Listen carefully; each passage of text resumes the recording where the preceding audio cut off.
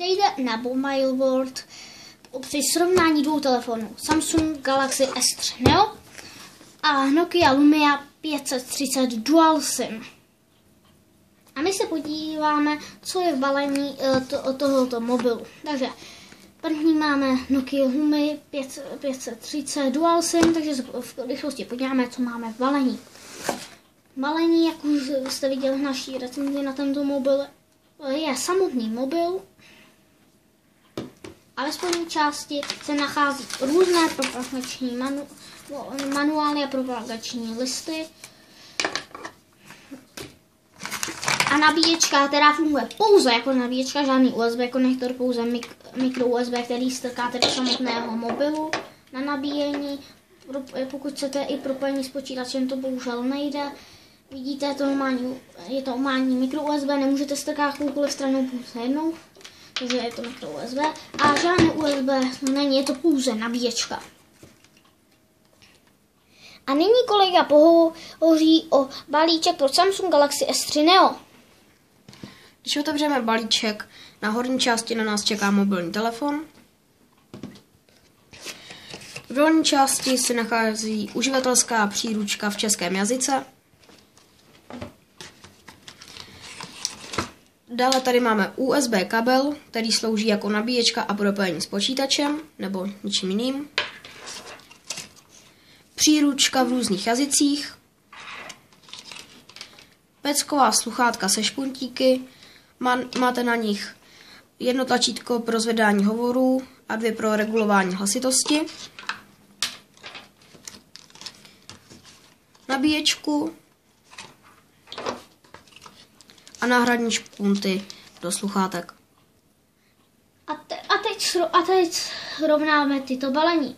Takže veliký rozdíl dělá tento USB kabel, který funguje jak propojení s počítačovým zařízením a podobně, tak jako nabíječka, což u Nokia je nevýhoda, protože zde funguje pouze jako nabíječka.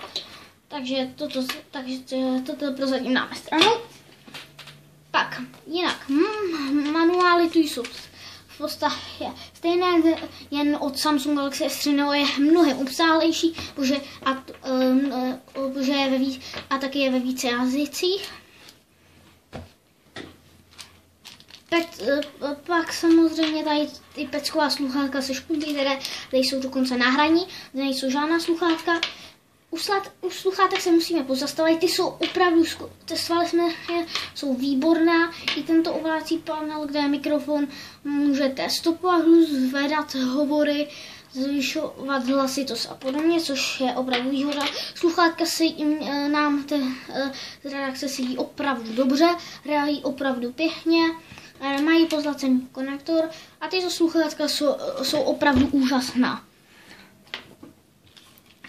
Jak jsem říkal, náhradní špunty na sluchátka.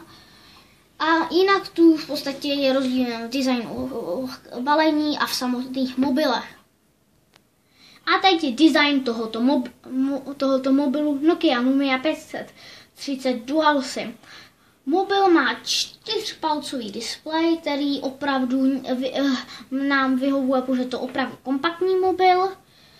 Jinak mobil je zakulaceného tvaru a povrchy udělaný tak, aby vám neklouzal.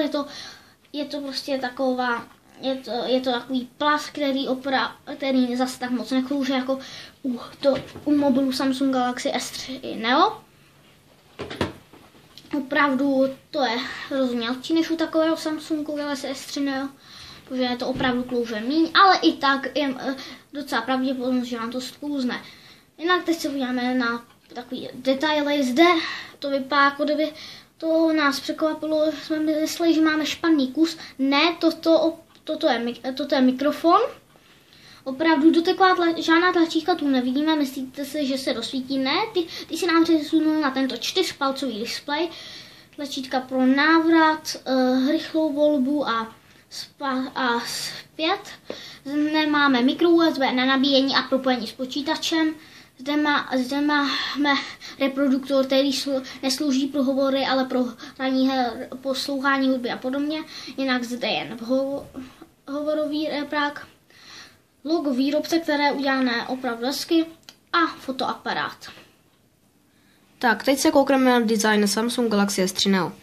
Máme tady 8-palcový displej, tedy 5-palcový displej.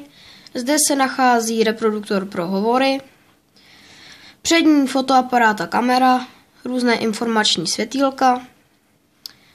Pak tady máme 2 dotyková tlačítka a 1 vystouplé, zpět, záložky a na hlavní plocha.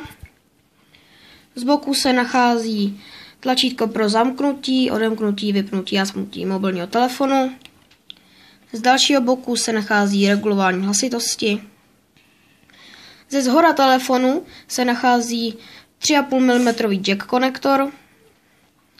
Na zadní části můžeme objevit fotoaparát, reproduktor pro hry, hudbu a takhle, přisvětlovací LED diodu, nápis logo výrobce Samsung.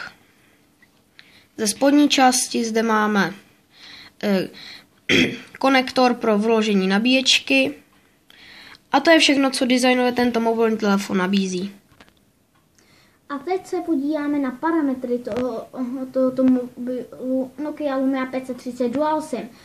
Jak jsem již říkal, to je 4-palcový displej a jeho rozlišení je 854 na 480. Procesor má dvoujádrový výkonem 1,2 GHz, RAM paměť má 512 MB, jeho interní paměť jsou 4 GB, a lze do něj vložit microSD, které může mít až 128 GB, což je opravdu dobré. Fotoaparát má 5 megapixel a jinak má GPS, Wi-Fi, Bluetooth, 3G si bohužel nemá nejrychlejší vlastní internet u nás v Čechách LTE, FM rádio, zde jinak toto je, jak jsem již říkal, je microUSB a 2krát lze do něj vložit microSIM, to si ukážeme, co je. Toto je obyčejná SIM karta a pokud jste měli nějaký starší mobil, který měl normální SIM kartu, tak si to budete muset oříznout. Opravdu microSIM vypadá takto, že je o poznání menší. A ještě se s ní docela dobře manipuluje a šetří místem a ještě existuje menší nanoSIM, které používají opravdu dost málo mobilů. To by bylo všechno parametrům tohoto mobilního telefonu. Ještě jinak má nejnovější Windows Phone, a tedy 8.1. To je vše. Tak, teď si řekneme něco o parametrech tohoto telefonu. Jak už jsem říkal, máme tady 4-palcový displej, máme tady rozlišení displeje 720 na 1280 Super AMOLED, procesor s výkonem 1,4, interní paměť 16 GB, což je dobré. Dále tady máme RAM paměť 1,5 GB, lze vložit microSD kartu až 64 GB. Dále tady máme 8 megapixelový fotoaparát, opravdu s ním jde dobře fotit. Dále tady máme klasika GPS, Wi-Fi, Bluetooth 4.0, FM rádio, 3G, nemá to LTE, micro USB a Android 4x4 KitKat. Teď se podíváme na software těchto mobilů. Jenom pro informaci, jak jsem říkal, jak jsme ji říkali, Nokia používá nejnovějšího Windows Phone 8.1. Už existuje Windows 10, který se taky podívá na mobily, ale ještě mobil není vyráběn. A tento mobil má jeden z nejnovějších Androidů, konkrétně druhý nejnovější Android, a tím je 4.4 neboli KitKat. Už existuje 4.5, kterému se podívá Lalepa. A teď už k samotnému softwaru. Takže tento mobil, jak jsem říkal, jsme říkali s tímto rozlišením. Musíme říct, že má opravdu nádherné podání barev a když hrajete velmi náročnou hru, nesklame vás. Takže výborné na filmy a podobně, nějaká videa na YouTube a podobně. Jinak Nokia má, jak vidíte, 8.1 Windows Phone, který pár lidem nevyhovoval, to ale málo komu. Jinak vidíte, Taky má to moc hezké podání barev, bohužel jsme nám ukázali nějaké fotky a tento mobil máme opravdu pár dní, takže zatím nic nenafotili. Jinak opravdu úžasné a oba dva mobily jsou na svou cenu opravdu nepřekonatelné. Konkrétně ten mobil Nokia Lumia 530 Dual SIM se nabízí za cenu okolo 2100 korun a Samsung Galaxy S3 Neo se nabízí okolo 5500 korun. To je dnešního srovnání mobilů Nokia Lumia 530 a Samsung Galaxy S3 Neo všechno.